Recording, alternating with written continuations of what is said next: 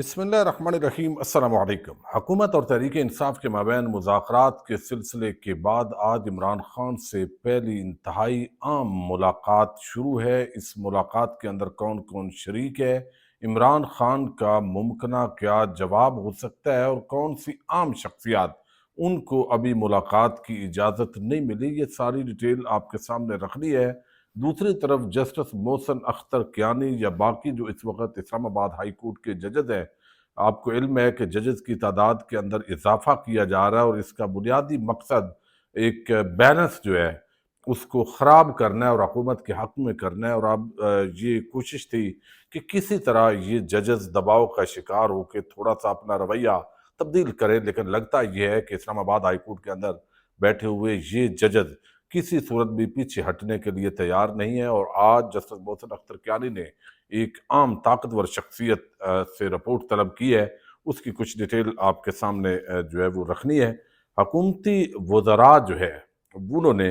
اب Donald Trump سے رابطے کی کوششیں شروع کر دی ہیں۔ وجہ کیا ہے وہ آپ کو بتانی ہے۔ امید ہے ویڈیو آپ سماعت کریں گے اور اس چینل پر جو فائر وال لگائی گئی ہے اس کو توڑنے کے اندر مدد فراہم کریں گے۔ اس وقت اسٹیبلشمنٹ اور جو عمران خان کے مابین